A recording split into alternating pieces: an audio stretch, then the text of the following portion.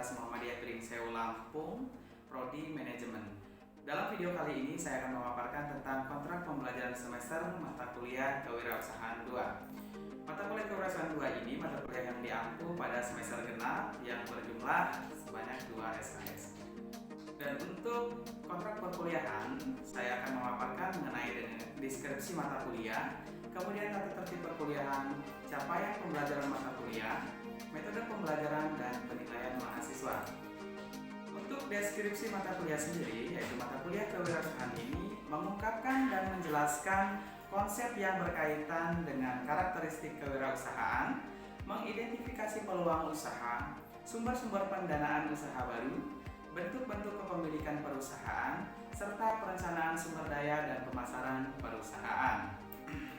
Tata tertib yang berlaku yang pertama adalah membaca doa di awal perkuliahan, kemudian kehadiran mahasiswa di kelas minimal 80% dan sebagai syarat untuk mengikuti PAS. Selanjutnya, mahasiswa wajib mengerjakan tugas secara individu maupun kelompok yang dikoordinasikan ke dosen pengajar masing-masing penugasan.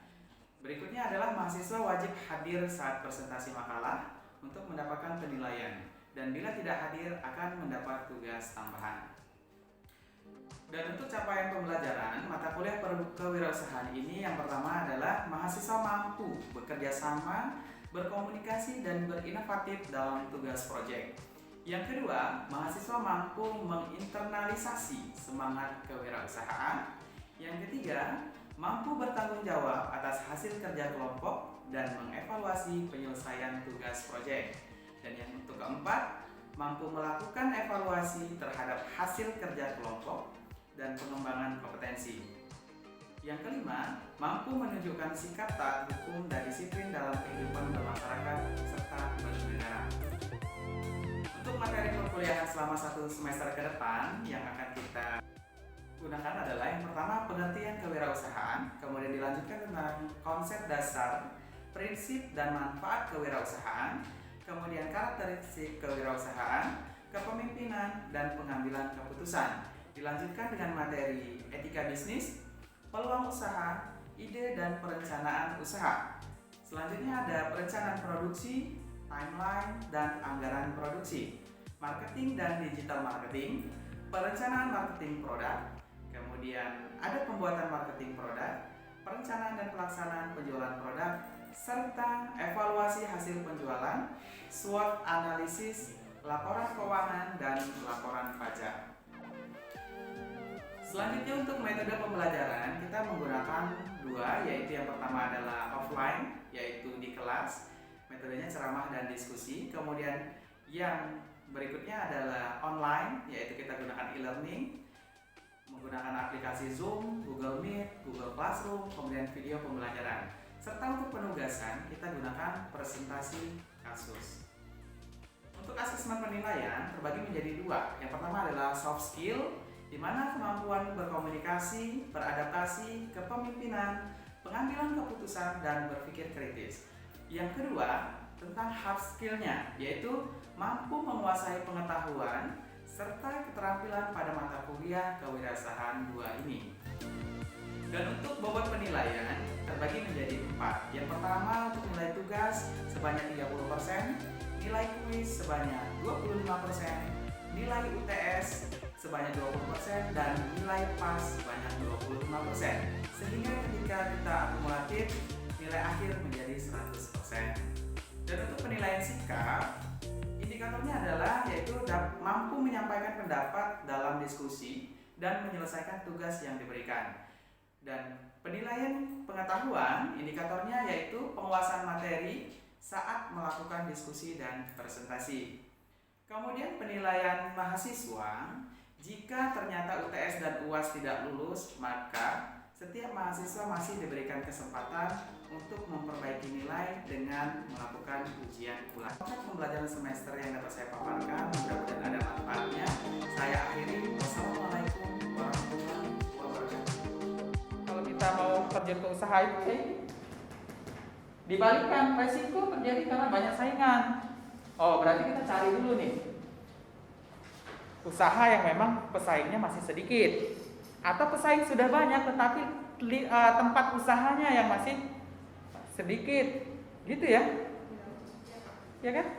Jangan karena kita melihat orang di pasar itu kan, memang sih kalau di pasar berjejer tuh, jualan apa saja kan ya, samping-sampingan, ya rezeki segala macam, iya.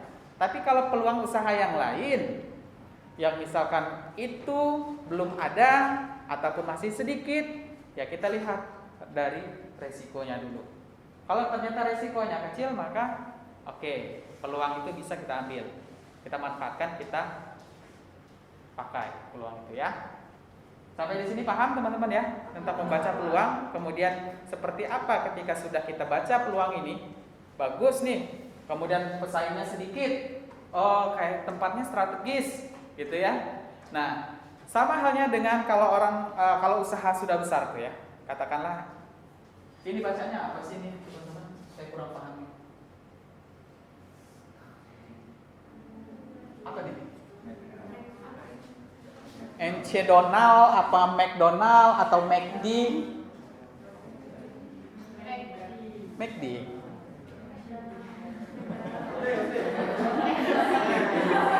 Apa NCD? NCD ya? Ya, oke lah, yang familiar itu McD ya. Jadi McD itu makanya di Lampung cuma ada satu, ya kan? Nggak semua tempat, nggak semua provinsi ada. Karena mereka strateginya, karena mereka melihat peluang risiko ini.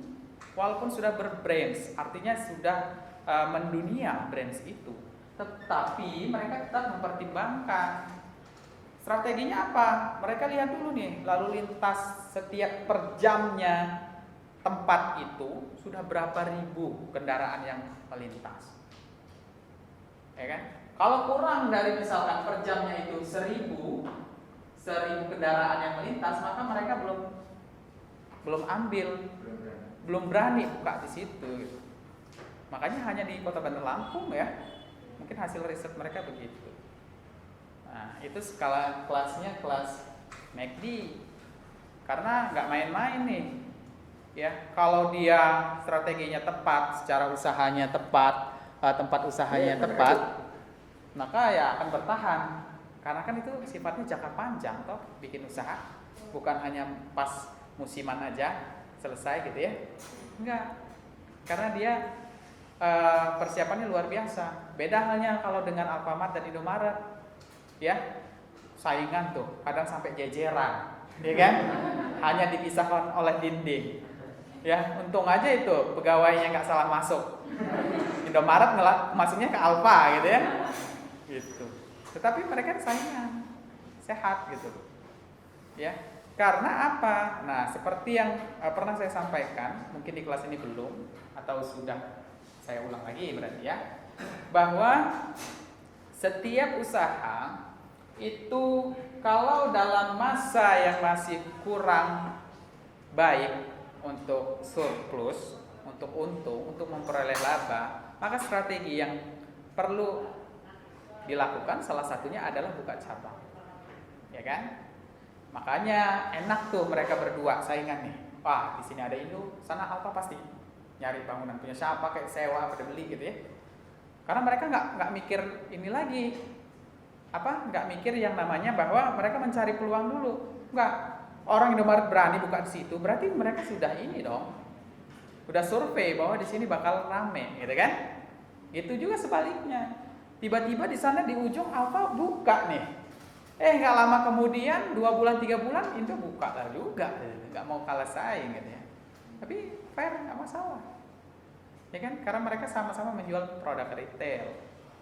Artinya kebutuhan masyarakat retail itu kan banyak ya. Pokok segala macam. Sumber peluang usaha. Sumber peluang usaha yang pertama itu dari diri sendiri, ya. 1, diri sendiri, 2, lingkungan, 3, ini perubahan, 4, konsumen. Ya. Berawal dari hobi, datang dari hobi tadi. Tapi nggak semua orang punya hobi ternyata, jualan itu ya, ya kan? Kemudian dia punya keahlian, misalkan. Apakah keahlian itu dari lahir itu sudah dibawa dari lahir? Enggak ya. Kenapa? Karena keahlian itu bisa dengan kita mengikuti pelatihan, dengan kita belajar ya ke tempat orang gitu loh.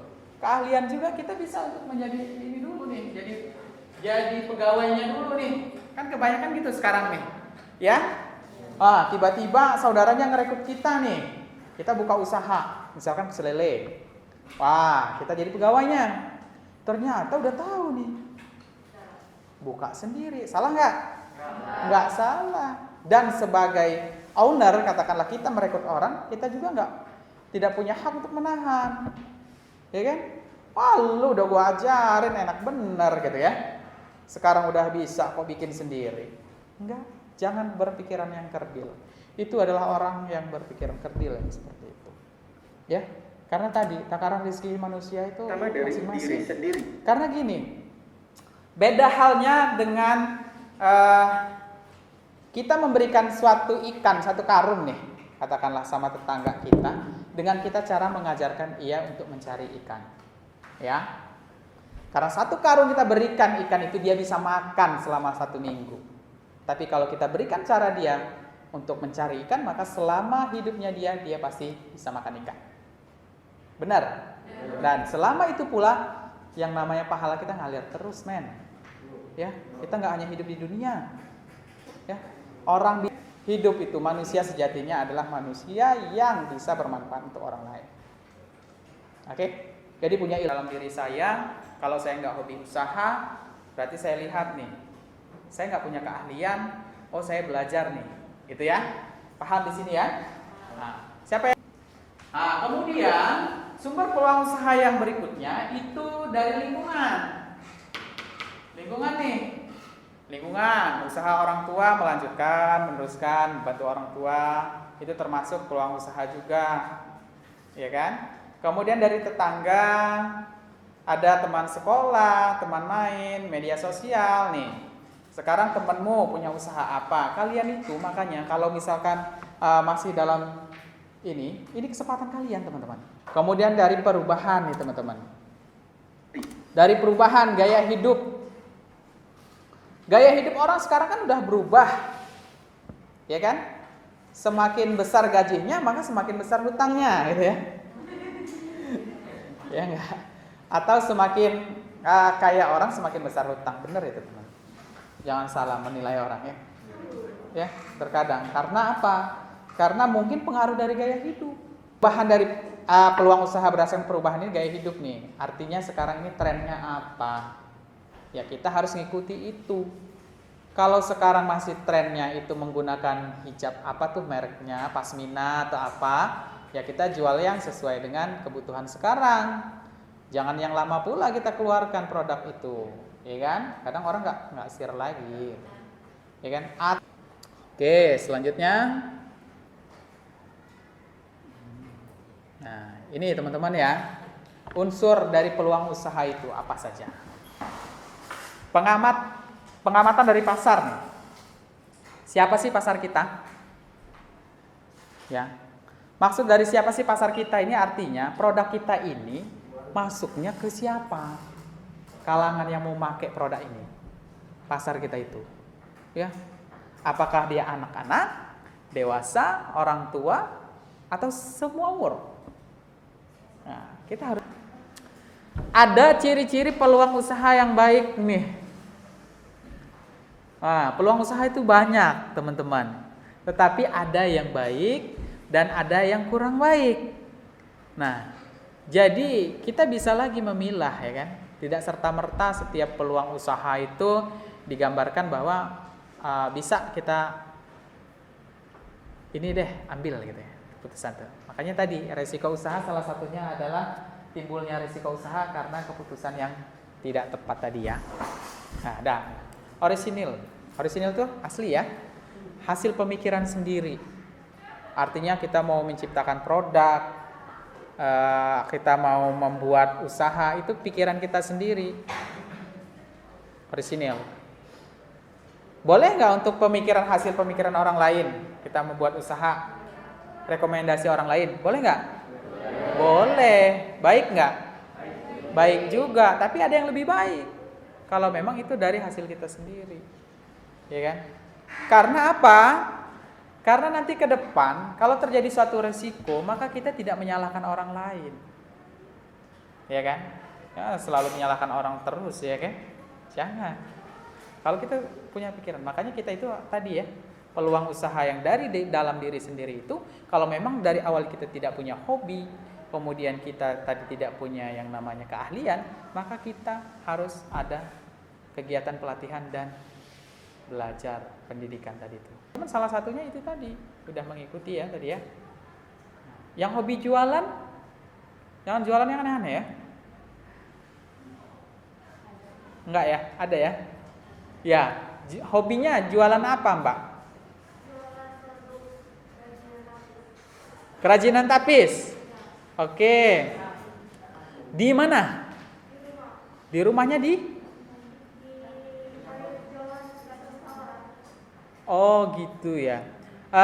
Kemudian produk tapisnya itu, tapis itu kan ada dua macam ya. Ada pepadun dan ada saibatin. Nah, lebih ke yang mana? Dua-duanya. Oh, hebat sekali. Usaha sendiri ya. Oke. Kayaknya saya lebih tertarik nih ya. Ini mau saya deketin.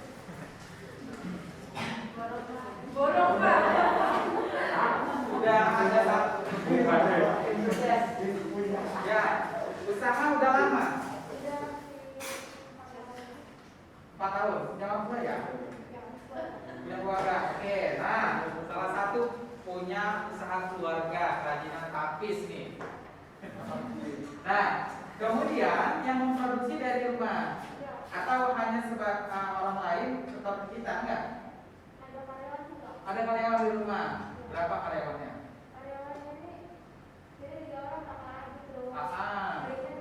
Ya. Oh, iya. Jadi sekarang pemasarannya udah sampai sejauh mana nih? Keluar kota. Gimana? Oh, sudah bagus nih. Nah, sudah punya reseller ternyata kita.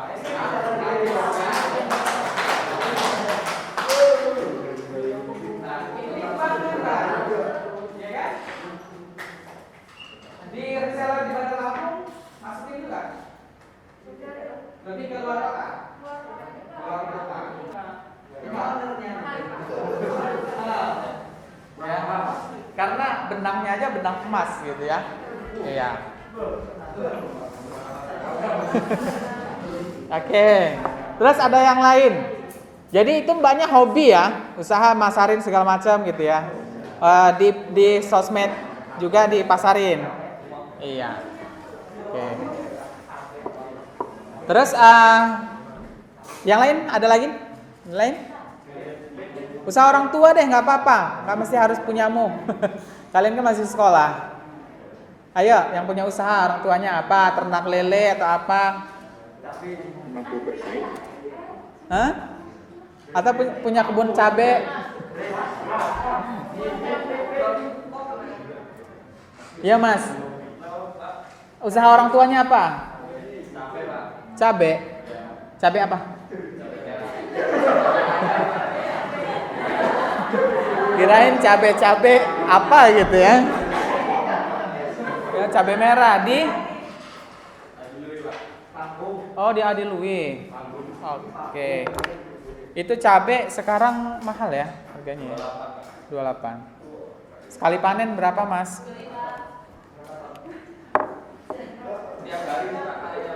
Ya panen tiap hari. Satu hari berapa? Kemarin 100 sampai 150 karung. Wow, udah petani besar nih ya. Bos. Kemudian ciri-ciri peluang yang usaha yang baik itu yang orisinil tadi pemikiran sendiri, berarti harus kita yang buat sendiri ya. Kemudian harus kita yang modifikasi, kita kombinasi gitu-gitu ya. Nah, artinya to create itu buatan kita yang belum pernah diciptakan orang lain. Apa? Kalaupun memang sudah ada dari orang lain, kita modifikasi menjadi produk kita, nggak masalah. Bukan. Ada lagi inovasi, harus berinovasi. Kemudian yakin nih kita. Pertama tadi dari orisinil ya, bersaing, kita mampu nggak bersaing sama orang. siapa sih pesaing kita. Makanya kita harus dituntut ada inovasi tadi, tidak monoton, tidak sudah banyak nih. Nah, jangan jiper itu. Kemudian yakin tadi pasti dapat mewujudkan, pasti juga dapat dijalankan ya. Ke selanjutnya sesuai passion ya, peluang baik tadi. Kalau yang tidak sesuai dengan passion kita, sebenarnya dipaksakan juga bisa, tetapi suatu hal yang dipaksakan itu kan tidak baik. Ya. Kalau passion kita di bidang kuliner, monggo silahkan. Passion kita di bidang misalkan busana, pakaian, ya jual pakaian. Gitu ya. Passion kita di bidang pertanian, itu tadi. Ya kan? Kalau hanya sekedar coba-coba, tidak dari hati, tidak dari diri sendiri, itu semua hal itu pasti hasilnya nanti kan coba-coba juga. Kan? Makanya harus fokus. Ya, sesuai dengan passion. Ya. Sesuai passion itu maksud. Makanya kalau kita mau menciptakan produk itu ya jangan yang tanggung-tanggung sih sebenarnya, ya kan? Nah, sekalipun kita nggak mau nembus pasarnya minimarket, pasarnya Chandra Mart gitu ya, Chandra Market itu atau apa department store yang besar gitu ya, nggak mau menembus itu pun kalau hanya sekedar kita tembuskan ke warung-warung, tetap harus kita miliki uji layak itu teman-teman. Kenapa? Karena setiap per 6 bulan atau 1 tahun sekali ya kadang ada sidak pasar ya makan yang penjual makanan ringan itu kan disidak semua tuh. Nah dari biasanya dinas kesehatan. Kalau ditemukan tidak layak berarti kita produk kita bermasalah. Kalau tidak mau bermasalah maka kita harus repot di awal, ya kan? Kita harus punya pemikiran sampai di situ sebenarnya. Ya. Gitu. Oke, sampai di sini ada pertanyaan? Cukup.